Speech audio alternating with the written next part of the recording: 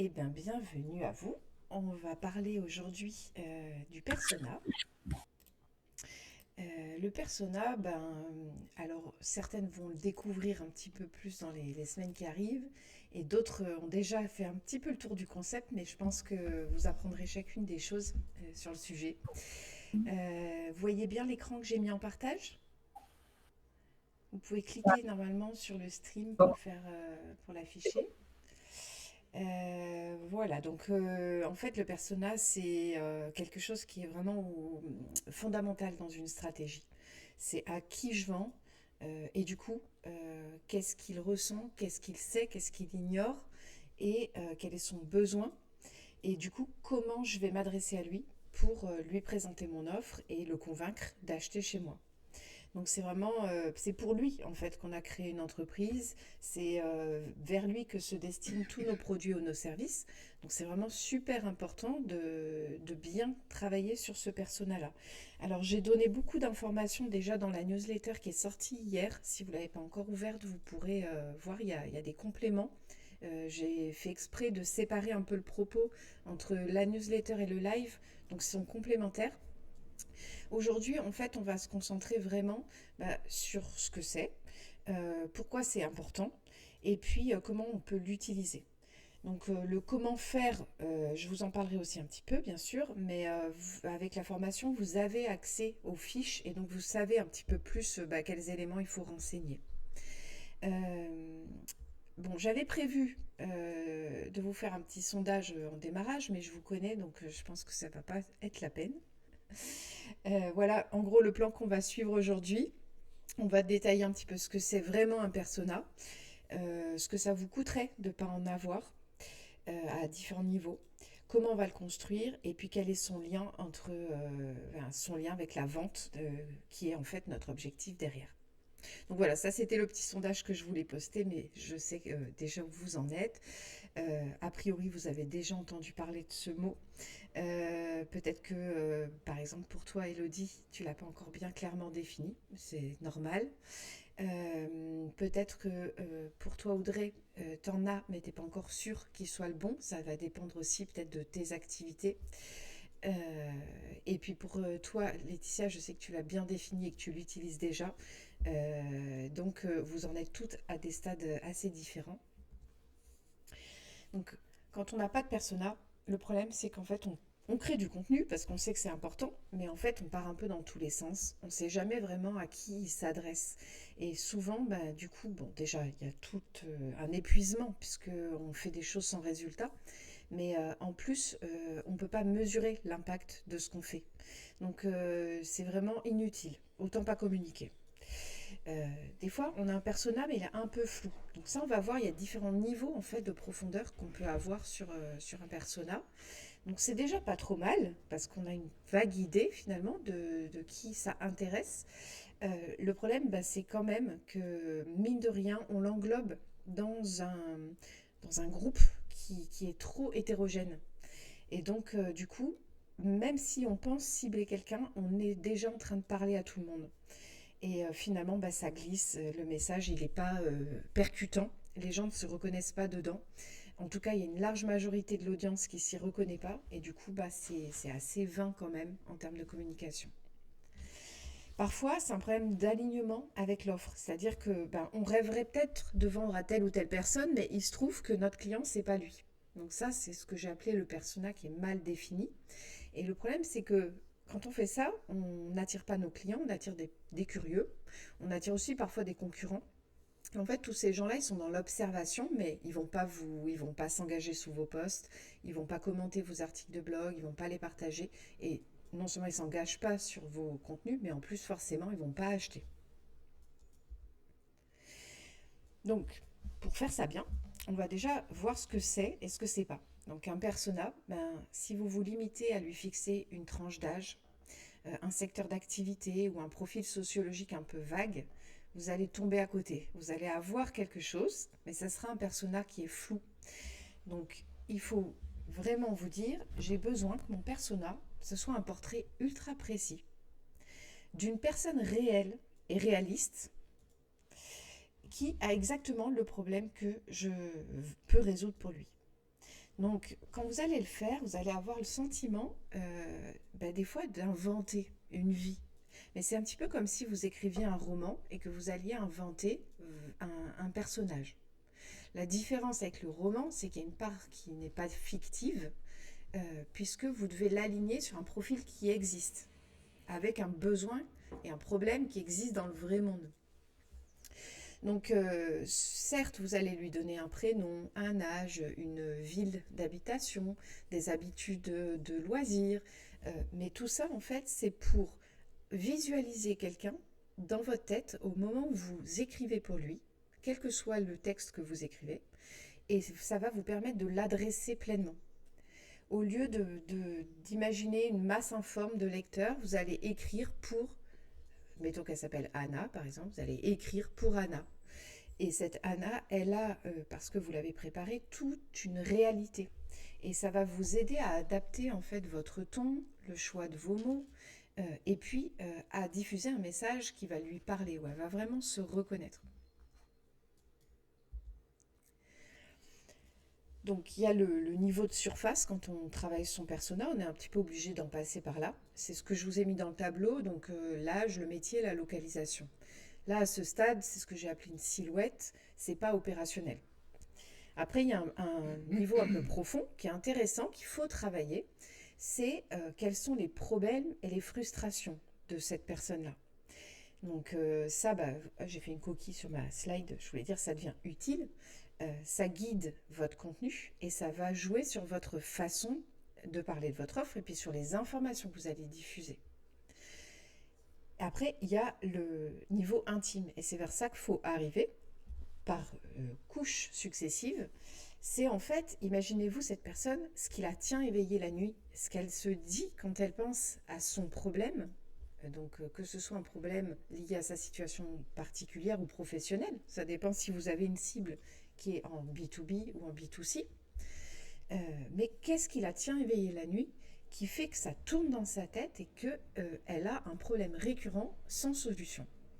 Et si vous arrivez à formaliser ça, vous allez être cette petite voix rassurante qui va lui permettre de se rendormir. C'est ça votre job.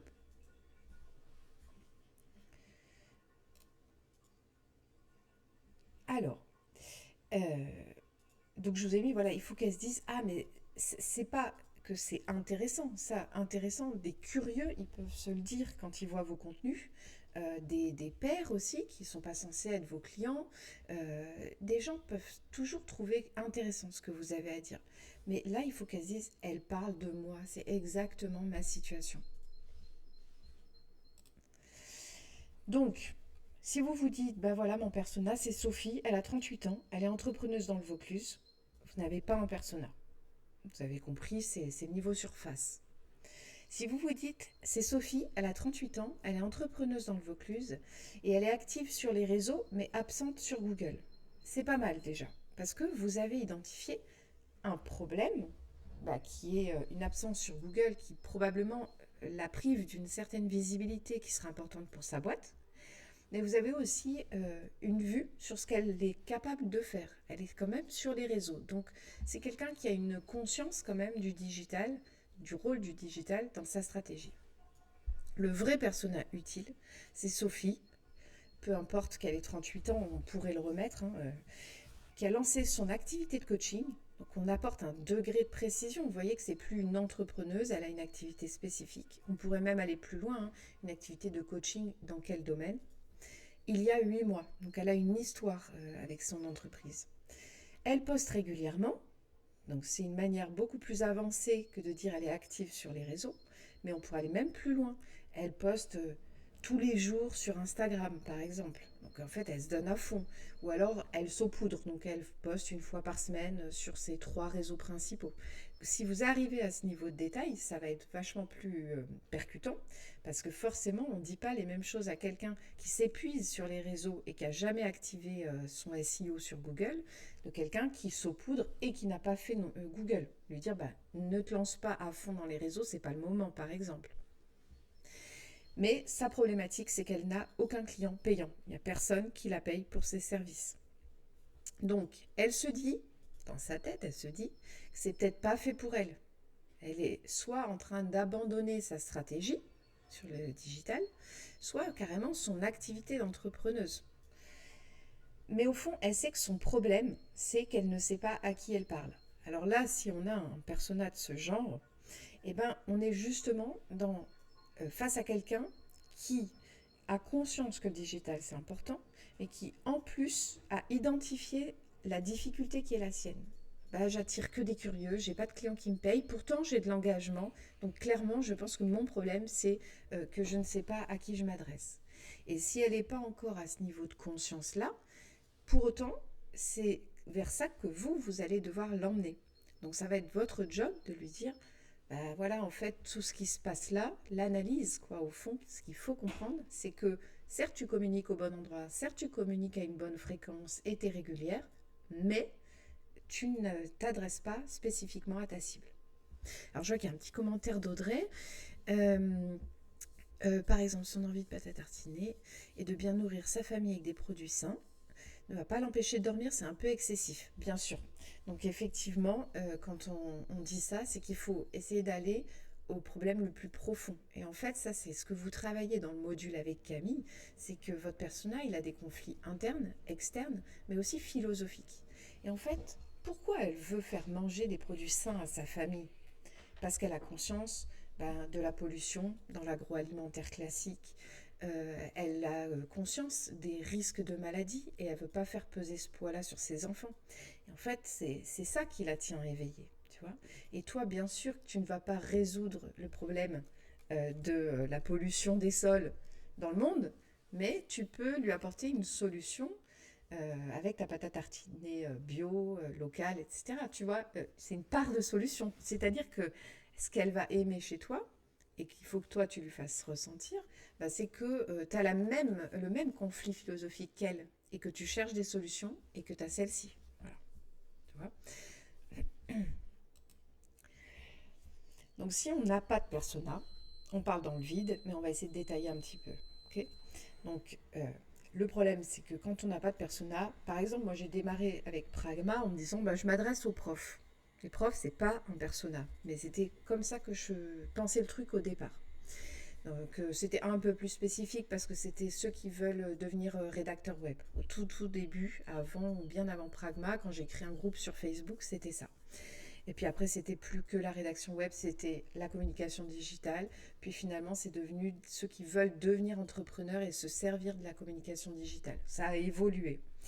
Mais au départ, quand je disais bah, je cible les profs, je postais des contenus au hasard. J'avais aucune idée de ce qui était vraiment leur questionnement personnel et du coup de ce que je pouvais moi mettre en avant. Donc je parlais de tout et de rien, à la fois de ce que ça fait de se reconvertir, de la difficulté à être prof dans le contexte actuel, etc. Ensuite, le risque, c'est de jargonner. Parce que si on ne sait pas à qui on parle, on ne sait pas son niveau de connaissance du sujet, et c'est là qu'on va commencer à utiliser des mots qui ne l'intéressent pas, qu'elle ne connaît pas, qui vont lui faire peur. Et ça, c'est vraiment un gros risque, notamment si vous vous reconvertissez comme content manager. Vous allez vous retrouver souvent à rédiger, vous avez besoin de gagner en visibilité, le SEO, nanana, et vous allez en fait avoir le sentiment d'utiliser des mots normaux, mais en vrai, il y a des gens pour qui c'est complètement nouveau, et que même si c'est des mots qu'ils ont déjà entendus, ça peut quand même être des mots qui leur font peur parce qu'ils n'ont pas une idée claire de ce que c'est. Même en disant le SEO, c'est le référencement naturel, c'est un ensemble de techniques qui va vous positionner sur Google, là, vous lui avez envoyé plein de signaux effrayants. Si, au fond, c'est une personne qui est hyper allergique à la technologie, qui ne se sent pas légitime dans ce domaine-là. Donc ça, c'est important. Et le jargon, c'est vraiment un des pires trucs en marketing textuel. Voilà, il faut vraiment l'éviter. Ensuite, si on ne sait pas à qui on s'adresse, bah, le risque, c'est de mal calibrer notre offre. Et du coup, on va offrir quelque chose qui est beaucoup trop vaste.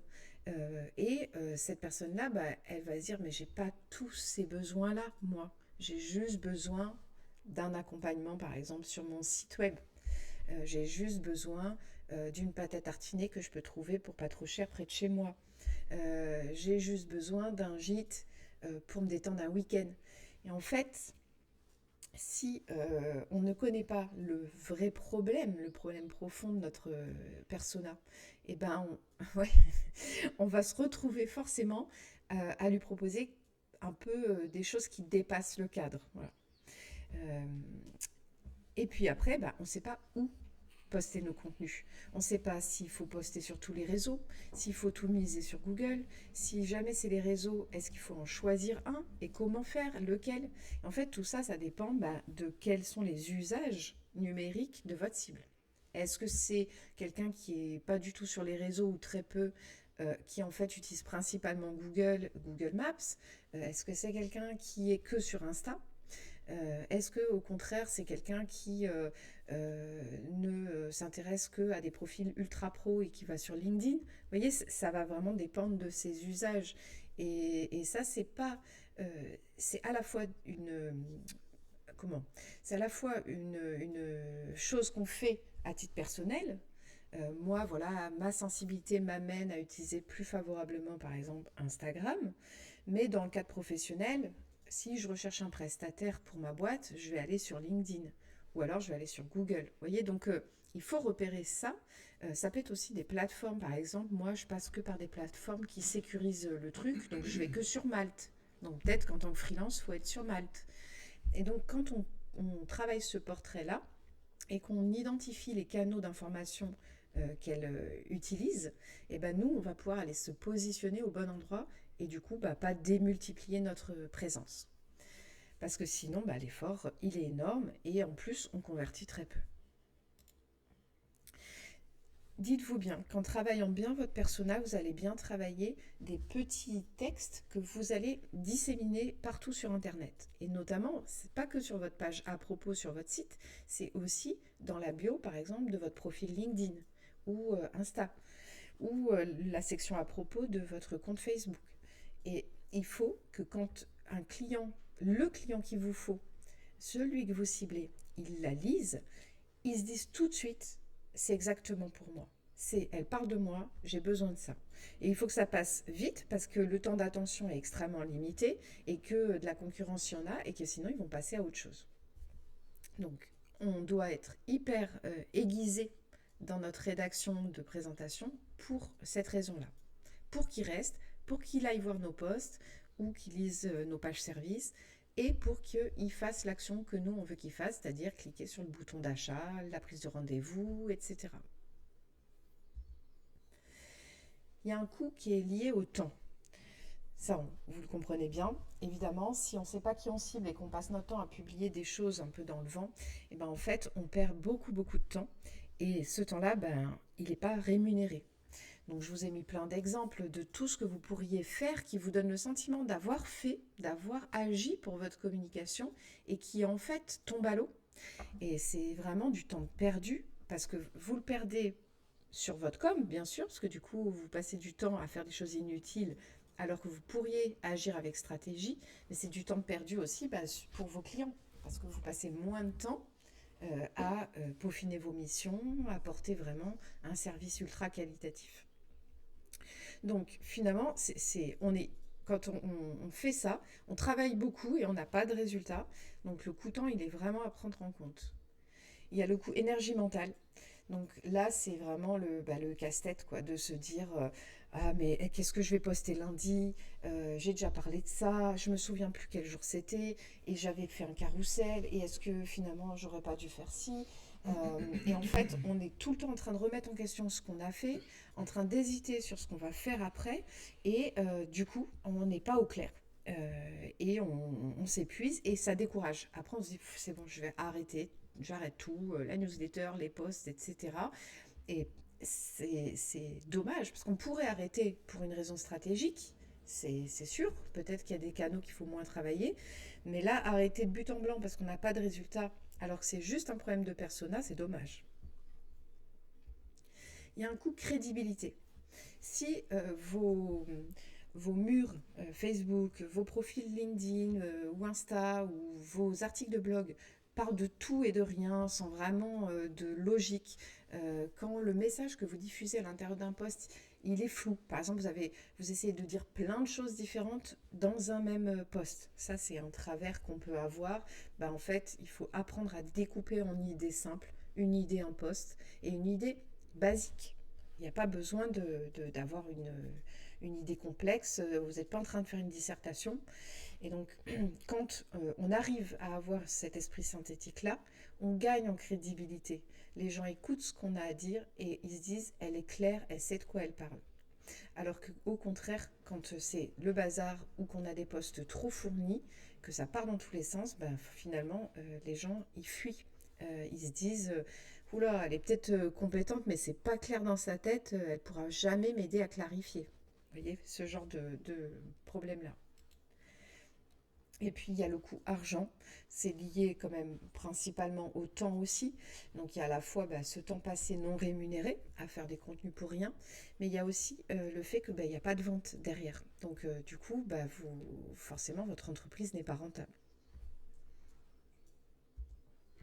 Donc quand on aborde l'exercice du persona, que ce soit au tout départ, quand on le fait de zéro, ou quand on a déjà une boîte mais qu'on veut réorienter un petit peu les choses, ce qui arrive fréquemment. Je vous ai déjà donné des exemples tout à l'heure par rapport à moi, mon ciblage prof.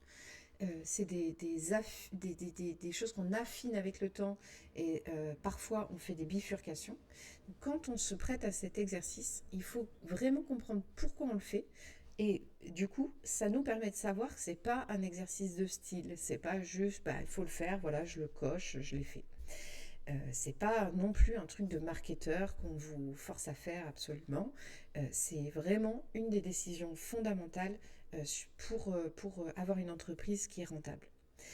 Si vous ne l'avez pas visualisé, je vous invite à le faire. J'ai fait un live sur les 3 fondations d'une boîte rentable et l'un des 3 piliers dont je parle, c'est le persona. Donc là, ce live, c'est finalement une espèce d'approfondissement de ce volet-là. Donc comment on va le construire? Alors, il y a 5 questions sur lesquelles vous pouvez vous appuyer. Et alors, il y a des passerelles avec la fiche persona que vous avez dans la formation, mais vous pouvez l'utiliser pour creuser. Donc, la première, c'est quel est son problème principal et essayez de le dire avec ses mots à lui, pas les vôtres. Pas il a besoin de visibilité sur Google. C'est pas ça son problème. Si vous faites l'effort de parler avec ses mots, vous allez pas jargonner et en plus vous allez mettre le doigt sur son vrai problème. Vous, votre analyse de pro, c'est oui, il manque de visibilité. Mais le problème, c'est pas celui-là. Le problème, c'est j'arrive pas à faire du chiffre d'affaires. J'arrive pas à avoir des clients avec qui je m'entends bien, par exemple. On pourrait très bien imaginer une activité dans laquelle tout fonctionne, au sens où il y a des missions qui rentrent, les devis sont signés, on fait du chiffre d'affaires, mais en fait, on n'est pas du tout aligné avec les clients qui nous contactent. Les clients qui nous contactent, ils nous demandent des choses qui ne sont pas notre zone de génie, par exemple. Donc, il faut vraiment essayer de parler avec ces mots pour répondre à la première question. Ensuite, faire le tour de ce qu'il a déjà essayé et qui n'a pas abouti à un résultat positif, qui fait qu'il est toujours dans le même problème. À quoi elle sert cette question? Elle sert à identifier les solutions concurrentes que vous avez sur le marché. Les solutions concurrentes, ça peut être des solutions gratuites, ça peut être des blogs de concurrents, ça peut être des vidéos YouTube. Voilà, il peut y avoir des contenus gratuits déjà diffusés sur le sujet et pour des profils plutôt autonomes et qui ont déjà un petit peu d'habitude dans l'auto-formation par exemple, qui n'ont pas trop de budget, ils vont se tourner vers ça. Ça peut être une entrepreneuse qui lance son activité, peu importe le domaine. Elle n'a pas de budget, elle ne peut pas payer quelqu'un pour ses services. Du coup, qu'est-ce qu'elle va faire? Elle va s'auto-former sur le sujet. Elle va dire, c'est quoi le SEO? Ok, j'ai un peu mieux compris. Comment je dois faire dans mon site? Ah, mais mon site, c'est un WordPress. Ah, j'ai le plugin RankMath. Et elle va aller, en fonction de son environnement technique, vers des solutions. Et ça, elle va le faire sans vous. Mais après, il y a des solutions concurrentes qui sont payantes. Donc, c'est vos concurrents directs, des gens qui font le même service que vous avec un prix inférieur, avec un prix supérieur. Par exemple, une agence qui peut facturer plus cher qu'un indépendant pour un même service. Donc voilà, ce genre de choses-là. Et donc, il faut faire le tour de ces solutions parce que vous allez pouvoir l'intégrer dans vos contenus. Donc là, je vous renvoie, alors que pour les élèves, mais à un atelier qu'on a fait sur le sujet. C'est du coup de construire un tunnel de contenu en 3 étapes en tenant compte des différentes phases par lesquelles notre persona y passe. Donc la prise de conscience, la phase de considération et puis la prise de décision qui le conduit à l'achat. Et donc, quand on sait quelle solution concurrente on affronte, on peut inclure dans nos contenus. Euh, vous avez déjà essayé de vous former et d'essayer de faire par vous-même le SEO sur votre site WordPress. Vous avez rencontré telle difficulté et finalement, vous êtes toujours au même point. Ben, voilà ma solution, ce qu'elle peut vous apporter. Ensuite, il faut essayer d'analyser pourquoi ça n'a pas marché pour lui. Parce que du coup, là, c'est les derniers freins qui vont être les meilleurs appuis pour vos arguments de vente. Ça n'a pas marché parce que finalement, elle s'est rendue compte que c'était beaucoup plus compliqué pour elle d'utiliser WordPress que ce qu'elle pensait. Finalement, elle n'a pas du tout la vibe technologique et c'est pas son truc. Ou alors, bah oui, elle avait fait appel à une agence, mais en fait, c'était impersonnel, le suivi était compliqué, il n'y avait jamais le même interlocuteur.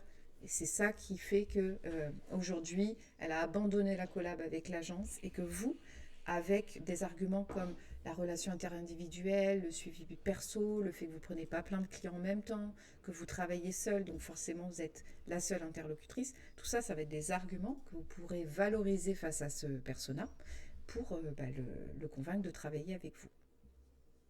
Ensuite, c'est quel est le résultat qu'il rêve d'obtenir. Là, on est vraiment dans ce qui nous tient éveillés. Je rêve de ça et pourtant j'ai cette épine dans le pied. Quel est son rêve Et c'est pas faire du chiffre d'affaires là. Ça, c'est un problème, mais c'est pas un rêve. Pourquoi il veut du chiffre d'affaires? Quelle vie il rêve d'avoir avec cette entreprise qui fonctionnerait? Il rêve de quoi? Est-ce qu'il rêve de partir plus souvent en vacances, de pouvoir embaucher quelqu'un pour moins travailler? Est-ce qu'il rêve de, au contraire, développer sa boîte, ouvrir des franchises? Quel est son rêve ultime qui peut être un mix de perso et de pro? Et ça, pourquoi on en a besoin? Parce que nous, on va faire appel à ses émotions. Alors, on entend souvent le marketing de la peur, par exemple. Jouer sur la peur, sur l'urgence, sur les... Pardon. Ça va pas? C'est le marketing de la peur. Ah, mais tu m'as fait peur. Jouer sur la peur, sur les émotions négatives, c'est vraiment... ça peut marcher. Mais ça peut ne pas marcher pour votre persona, pour le coup. C'est peut-être quelqu'un qui est allergique à ce genre de truc. Au contraire, on lui présente une peur, une urgence, il ferme tout, il veut rien savoir. C'est vrai dans la vie de tous les jours, les actualités politiques, écologiques. Voilà, il y a des personnes qui vont affronter un peu le truc, mais il y a beaucoup de gens, la majorité, hein, qui veulent pas le voir parce que c'est trop douloureux. Donc on peut jouer finement sur les peurs et les urgences de manière raisonnée dans son contenu. Si moi par exemple je vous dis plus que 3 jours pour vous inscrire à Pragma, c'est une urgence douce, vous voyez, c'est un peu le... Mais il ne faut pas tout calibrer là-dessus. Enfin, je pense que c'est une erreur. Donc, il faut faire appel aux émotions positives qui sont en fait de l'ordre du rêve de votre persona. Il faut le projeter dans une situation rêvée en faisant appel aux émotions qu'il va ressentir quand sa douleur sera soulagée, quand il sera dans cette vie rêvée. Et c'est ça qui est un déclencheur d'achat. On n'achète pas pour des raisons, on n'achète pas avec la raison même. C'est ça qu'il faut dire. On n'achète pas avec la raison, on achète avec nos émotions. Et vous pouvez questionner votre propre relation à l'achat. Qu'est-ce qui vous pousse à vous décider? C'est rarement l'urgence, même si ça peut l'être. Cette offre, vous en rêviez, ça y est, elle est là, elle n'est pas chère, il n'y a plus que 3 jours, vous allez la prendre. Mais la plupart du temps, ça va être grâce à des émotions positives. Vous n'achèterez pas non plus pour la liste des fonctionnalités. C'est bien sûr que vous allez probablement, selon ce que vous achetez, consulter les fonctionnalités. Mais à la fin, Vous allez vous rêver utilisant cet objet, vous allez vous rêver étant dans cet endroit, goûtant cette pâte à tartiner. Voilà, et c'est en étant dans cette projection de douceur, de bien-être, de soulagement, que vous allez vous dire j'achète. Et votre persona, il est pareil. Et ensuite, la dernière question qui est importante, c'est qu'est-ce qui le retient de passer à l'action. Donc ce qui le retient de passer à l'action, euh, c'est ce qu'on appelle des freins. Ça peut être un problème de temps, c'est pas le moment pour lui, il n'aura pas le temps de s'y consacrer. Ça peut être un problème d'argent, c'est pas dans mon budget aujourd'hui. Si vous identifiez que le frein c'est l'argent, vous pouvez penser à des échelonnements par exemple de tarifs. Ce qui peut être assez facile à faire dans le digital, évidemment beaucoup moins dans de la vente de produits ou même de services de type voyage, comme tu proposes Laetitia. Mais il peut y avoir un acompte et puis le paiement du sol. Donc quand on divise comme ça le prix, ça peut aussi permettre de lever ce frein-là. Mais le frein, il est pas que lié à l'argent. Le frein, il est lié aux peurs en fait. Je veux bien confier ma com à une entreprise, mais j'ai peur d'être dépossédée de mes valeurs, de mon service, de mon produit. J'ai peur que ça ne reflète pas qui je suis. J'ai peur que le jour où l'accompagnement s'arrête, tout s'arrête. Et que j'aurais finalement payé pour des résultats pas durables. Voilà, il faut creuser ces peurs-là, qui sont à la fois de l'ordre euh, pratico-pratique, mais aussi de l'ordre de l'émotion. Des fois, il y a des peurs, il suffit de dire t'inquiète. Voilà, pas comme ça, mais ça dépend de contexte, mais voilà, de juste quelques mots rassurants. C'est pas compliqué, je vais vous montrer. Je prends le temps de. Des fois, c'est l'utilisation de certaines expressions, verbes, adjectifs qui vont venir renforcer ce sentiment de soulagement et qui vont suffire à lever des freins. Donc, je vous ai mis un petit template que vous pourrez utiliser qui finalement est une sorte de résumé de la fiche persona que vous faites dans la formation. Donc, ça vous permet de revenir un petit peu au modèle que je vous ai donné un peu plus tôt dans le live sur cette Sophie. Donc, comment elle s'appelle, quelle est sa situation actuelle. Son problème principal, c'est elle a déjà essayé ceci, ceci, cela. J'aurais pu mettre des S aux tentatives passées, mais ça n'a pas marché parce que. Et ce qu'elle veut vraiment, c'est, et là c'est son résultat désiré, son rêve. Et tout ça, c'est ce que vous pouvez obtenir si vous avez bien travaillé les questions en amont. Dans la newsletter de la semaine de lundi, là, je vous explique comment récupérer aussi des informations. Alors si vous avez déjà une entreprise, vous allez vous baser sur ce que vous observez de votre clientèle actuelle. Si vous n'en avez pas encore, vous allez aller chercher des personnes, par exemple à travers des questionnaires dans des groupes Facebook auprès d'entrepreneurs, si vous ciblez les entrepreneurs. Vous pouvez, si vous pitchez bien, que vous dites voilà, ça s'adresse que à ce genre de personnes, que vous préparez bien votre questionnaire, vous pouvez avoir des réponses utiles pour bien cerner les différents freins, les solutions concurrentes, etc. Mais vous pouvez aussi partir d'un cas qui est pseudo-fictif, que vous imaginez réaliste, et puis l'expérience après va vous permettre d'ajuster.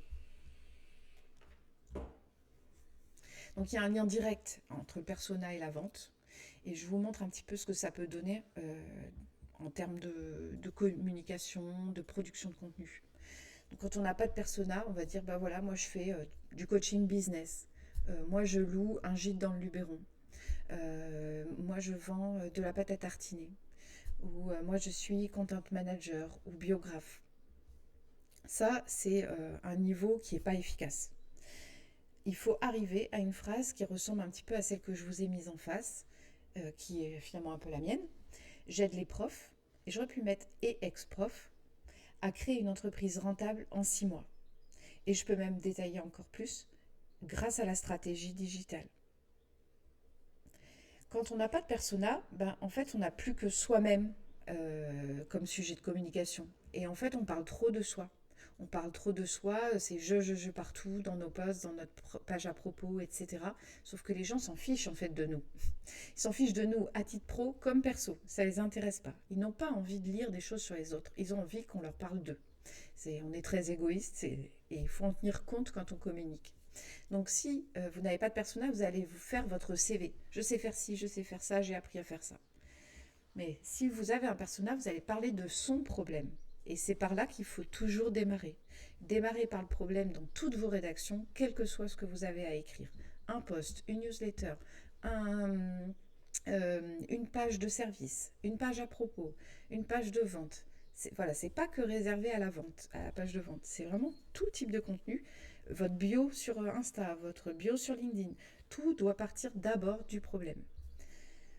Si vous n'avez pas de persona, vous allez faire donc un contenu un peu vrac quoi, et générique. Vous n'allez pas être précise dans vos sujets. Quand vous en avez un, les contenus, quand les gens, votre cible, les lisent, ils se disent c'est comme si tu lisais dans mes pensées. Tu parles vraiment de moi. Et quand on n'a pas de persona, on passe notre temps à essayer de convaincre. Et du coup, on est là dans l'argumentation. Et oui, mais je sais faire si. Oui, mais j'ai peur que ça. Oui, mais t'inquiète. Et c'est épuisant et ça marche pas très bien. Donc le mieux, c'est d'avoir un persona parce que il va se reconnaître et il va acheter. C'est lui qui vient à vous. Et c'est ça l'inbound marketing, le concept que je vous présente assez tôt dans la formation, c'est me placer sur le chemin de mon persona pour qu'au bon moment et au bon endroit, il me rencontre et je sois la solution faite pour lui. Donc vous comprenez bien que vous ne pouvez pas être sur le chemin de votre persona si vous ne savez pas qui il est. Et quand on fait de l'inbound marketing, l'avantage c'est que le persona se reconnaît et c'est lui qui nous contacte, c'est lui qui appuie sur le bouton acheter. On n'est pas en train de l'appeler 20 fois pour lui dire tu sais que nanana, nanana, d'aller le chercher en permanence. Donc plus votre persona il va être précis, plus vous allez avoir un contenu qui résonne et qui est partagé, qui suscite de l'engagement. Et ça c'est bien, ça démultiplie sa visibilité. Plus vous allez avoir une offre qui se vend sans que vous ayez à forcer et à avoir le sentiment d'être dans toujours en permanence l'effort de vendre. Et vous avez des clients, en tout cas des prospects préassignés qui arrivent, ils sont finalement pratiquement déjà convaincus.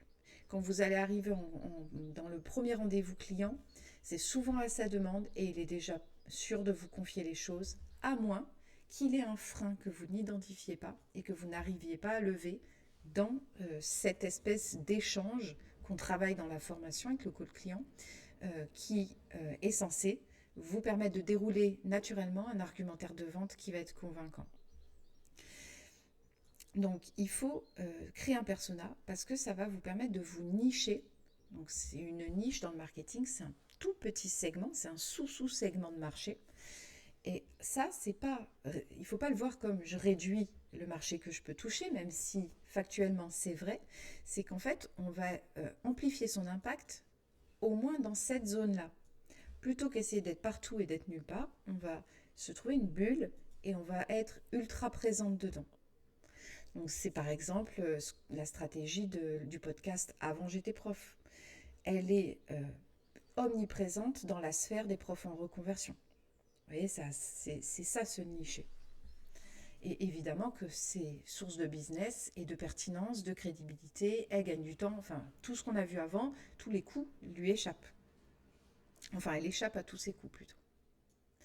Bon, j'avais prévu de parler de la formation Pragma, mais on est entre élèves, donc ça n'a aucun intérêt pour vous. Vous pourrez, si vous le souhaitez, continuer de partager les posts. J'avais mis des petits profils parce qu'on a plein de copines qui ont été certifiées récemment. Je ne les ai pas toutes mises, mais il y en a plein. Puis il y en a d'autres qui arrivent. Dans pas longtemps, il y aura Flora et Nathalie. Donc là, on commence à avoir une belle équipe d'élèves certifiés. Puis je vais voir comment elles pourraient venir partager un petit peu auprès des élèves leur parcours, ce qu'elles ont fait avec Pragma, où elles en sont aujourd'hui pour les plus anciennes aussi. Il reste 2 semaines pour les inscriptions, donc j'ai besoin de vous parce que pour l'instant on n'a que Elodie dans la formation. C'est vrai que depuis que j'ai augmenté les prix, il y a clairement un gap qui est dur à passer. Je m'étais donné 2 promos pour faire le point là-dessus, je pense que c'est le cas. Et en même temps, le problème c'est que le prix est déjà assez cadeau par rapport au temps que j'y passe et à tout ce qu'il y a dedans. Parce qu'en fait, ça serait le prix d'un site web avec une stratégie digitale et à la limite les contenus. Et pour le même prix, on a aussi la formation. Donc c'est vrai que du coup, je ne peux pas baisser les prix. Et justement, c'est bien qu'on soit entre nous du coup, parce que la réflexion qui me traverse maintenant et dont je vais parler bientôt dans ma newsletter, c'est que j'ai finalement cru avoir un persona, mais que ce n'est pas le cas. C'est-à-dire que même en ayant dit, mon persona, ce sont des profs ou ex-profs en reconversion dans l'entrepreneuriat, qui n'auront pas de budget pour déléguer leur communication et qui ont envie de faire par eux-mêmes, au moins dans un premier temps, malgré toutes ces spécificités-là, je pense que ce n'est pas assez précis et que ce n'est pas encore un bon persona.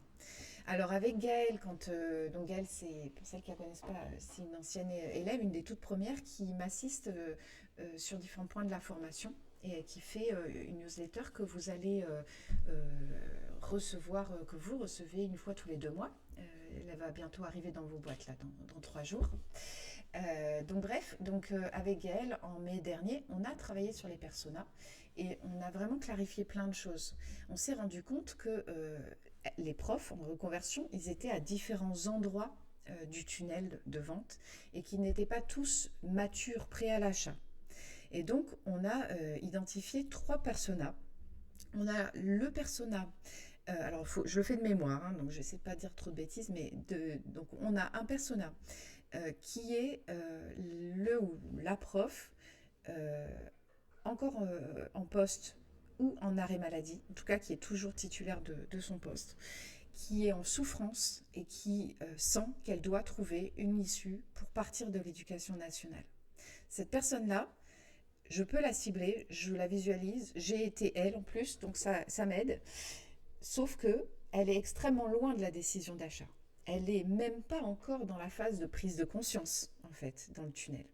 Et donc, les efforts pour emmener ce persona à travers tout mon tunnel jusqu'à l'achat peut durer des années. Il y a des personnes qui sont inscrites à la formation, ça faisait 3 ans que j'étais en contact avec elles. Donc, c'est un cheminement qui peut se faire. C'est pour ça aussi que j'ai tout un tas de circuits de newsletters, etc. pour faire ce qu'on appelle maturer en fait les leads. Mais c'est un travail de titan en fait, parce qu'il faudrait en permanence le renouveler, avoir un système de suivi, etc. Ensuite, on a le persona du prof qui a un projet de reconversion plutôt clair dans sa tête. Il peut être un peu hésitant sur est-ce que ça va être vraiment pour moi. Il peut aussi être dans l'hésitation sur est-ce que je ne ferai pas autre chose dans 3 ans. Il peut avoir plusieurs types de projets, mais il est déjà dans l'idée qu'il va quitter l'éducation nationale, peut-être progressivement, mais ça c'est pas important, peut-être d'un coup, mais il veut devenir entrepreneur. Et lui, c'est beaucoup plus rapide de lui faire prendre conscience qu'il a besoin de faire de la stratégie digitale, considérer Pragma comme une option utile pour lui, et du coup, de l'inciter à s'inscrire. Et ensuite, on a un persona qui est quelqu'un qui a déjà une boîte. Il n'est plus prof. Il a une boîte. Ça tourne pour lui plutôt bien, mais pas assez. Donc, c'est par exemple le cas de Véronique qui est dans la formation. Véronique, ça fait 2 ans qu'elle a une boutique bien-être à La Réunion.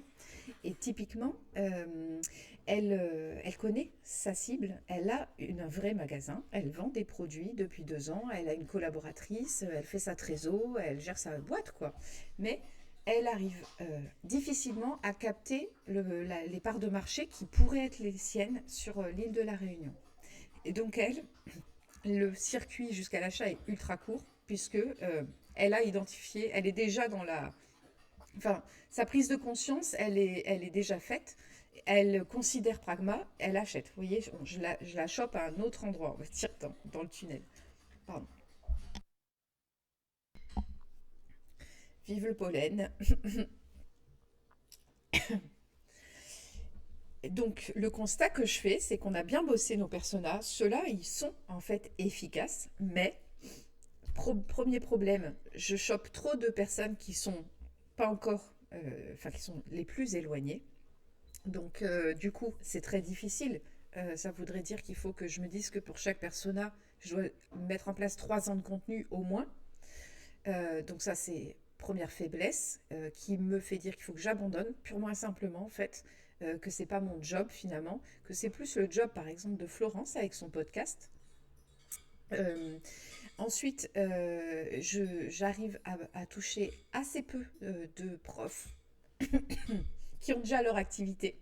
Et je pense que c'est pourtant là qu'il faut que je base tous mes efforts. Donc ça suppose de revoir complètement mon approche contenu. Et au milieu, c'est, disons, là que j'ai réussi à attraper le plus de personnes. Vous êtes pratiquement toutes dans ce profil-là sur Pragma aujourd'hui. Et donc l'effort pour vous convaincre a été relativement faible parce que vous êtes finalement informé aussi beaucoup par vous-même. Euh, et, mais pour beaucoup de personnes qui sont dans votre situation, la dépense euh, pour, pour les nouveaux prix est trop élevée, ou en tout cas, la valeur perçue est pas alignée avec la valeur réelle du produit. Donc là, il y a un travail finalement d'éducation en termes d'argent à faire sur combien ça coûte de payer un site web à quelqu'un, combien ça coûte de payer une stratégie digitale et une com, combien ça coûte de faire son logo. Vous voyez, on est presque, c'est finalement mon constat, c'est ça, c'est que c'est presque le frein majeur. Donc, il faut que je travaille là-dessus pour voir si mon analyse est juste, parce que je ne peux pas en être non plus certaine. Voilà, du coup, ça m'induit sur une réflexion personnelle sur mes personas, où je me dis qu'il va falloir moi aussi que je bifurque. Euh, et peut-être, ça faisait un moment que j'y pensais, mais ne plus cibler les profs, parce que peu importe finalement qu'ils aient été profs ou pas, mais cibler des entrepreneurs qui n'ont pas assez de chiffre d'affaires, peu ou pas, mais qui ont déjà une boîte et l'envie de la mener à bout et d'en faire une boîte rentable, qui n'ont pas les moyens de payer des prestataires et qui aimeraient en fait aussi, il y a aussi le désir de faire par soi-même, le plaisir et aussi, si je jouais sur les émotions, quelque chose à prendre en compte. Merci pour ton soutien dans le chat, Stéphanie. Donc, si vous connaissez des personnes qui sont intéressées par Pragma, c'est le moment de leur en parler.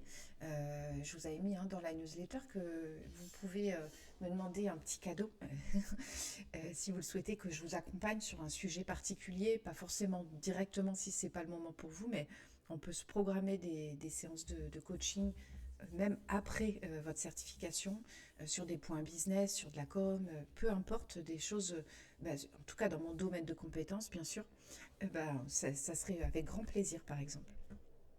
Donc faites tourner le lien.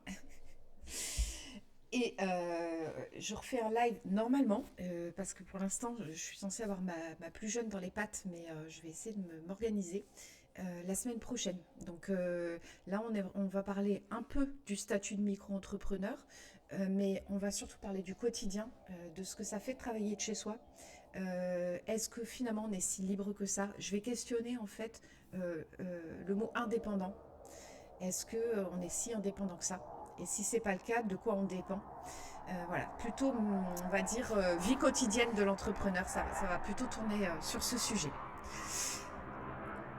Est-ce que vous avez des questions sur ce qu'on s'est dit aujourd'hui? Je vois qu'il y en a une dans le chat déjà, d'Audrey.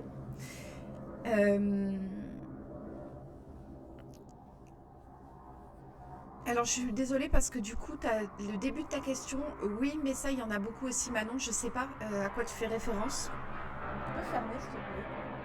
Jules, est-ce que je peux fermer? Merci. On a les avions qui se réveillent là.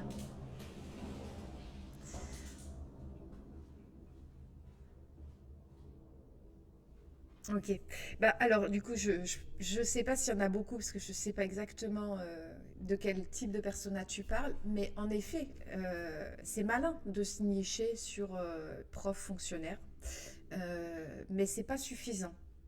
Si on revient au début du live, je vous ai dit que l'étiquette métier ou statut, c'est insuffisant pour parler d'un persona. Donc, des gens en reconversion qui veulent... Ah oui, alors voilà, c'est exactement ça, c'est tout le problème. Donc, effectivement, c'est bien de se nicher. Prof et fonctionnaire, c'est un bon début, mais c'est insuffisant. Il faut arriver à des profils plus affinés comme ceux que je vous ai présentés, en ayant en fait en tête l'endroit où ils se situent dans le tunnel de conversion. Et effectivement, si je me déplace sur les gens en reconversion qui veulent être entrepreneurs, c'est trop en fait. C'est trop. Alors, il y a plein de manières de nicher encore. À voir, il faut les questionner, analyser. Par exemple, ça pourrait être les gens dans un domaine précis. Ils veulent se reconvertir. Par exemple, focus digital, tu vois. Il se trouve que moi, j'ai pas voulu faire ça parce que j'ai pas envie de mettre sur le marché je ne sais combien de content managers et après qui s'autoconcurrencent. Je trouve que la richesse aussi des projets est intéressante à soutenir. Mais effectivement, ça pourrait être aussi que les personnes du Vaucluse ou du sud de la France, puisque j'y suis. Ça pourrait être assez pertinent d'avoir mais ça reste encore insuffisant pour dire qu'on a trouvé un persona. On est plus dans le segment de marché que autre chose à ce stade-là. Donc oui, et puis si c'est pas des gens en reconversion, mais des entrepreneurs qui galèrent, bah, il y en a encore plus. Donc du coup, voilà, c'est pour ça que c'est un travail important. Donc appuyez-vous sur ce live et aussi sur la newsletter pour essayer de trouver comment rencontrer vos personas cibles, quelles questions leur poser. Ça peut être des partages qu'on peut se faire aussi dans les sections du Discord. Si par exemple vous avez préparé un questionnaire, vous pouvez nous pitcher un petit peu vos objectifs, dire voilà j'aimerais avoir une majorité de tels profils qui y répondent. Déjà on peut vous faire un retour sur les questions que vous posez. Il y aura peut-être des idées ou des choses à affiner qui émergeront. Ensuite, on peut vous aider à analyser les résultats si vous avez déjà posté, vous conseiller sur les endroits où les poster. Donc faites appel à la communauté parce que chacun a aussi sa connaissance spécifique. Par exemple, Stéphanie, elle connaît très bien les IA. Laetitia, elle a une grosse expérience maintenant sur Insta. Donc en fait, il faut voilà, profiter de l'expérience des autres et essayer de collecter des données pour faire des profils qui vont être très très réalistes et puis très opérationnel. Merci d'être venu. Merci à celles qui nous ont rejoints en cours de route. Je vous donne rendez-vous la semaine prochaine si vous voulez venir à la prochaine rencontre.